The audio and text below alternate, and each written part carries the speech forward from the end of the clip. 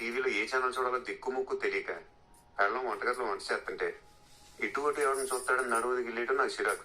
ఎరా మీ ఇంట్లో అందరూ ఇలా వంకరగానే మాట్లాడతారా? తిన్నగా ఎవడో మాట్లాడటం అనుకుంటా. డబ్బులు ఎలా సంపాదించాలో ప్రపంచంలో అన్ని సూత్రాలు కనుక్కున్నాను గాని మీరేంటో మీ విధానాలు ఏంటో ఇప్పటికి నాకు అర్థం అవరో బాబు. నా జీవితానికి ఏదైనా అసంతృప్తి ఉందంటే అది ఇదే పద్ధతి.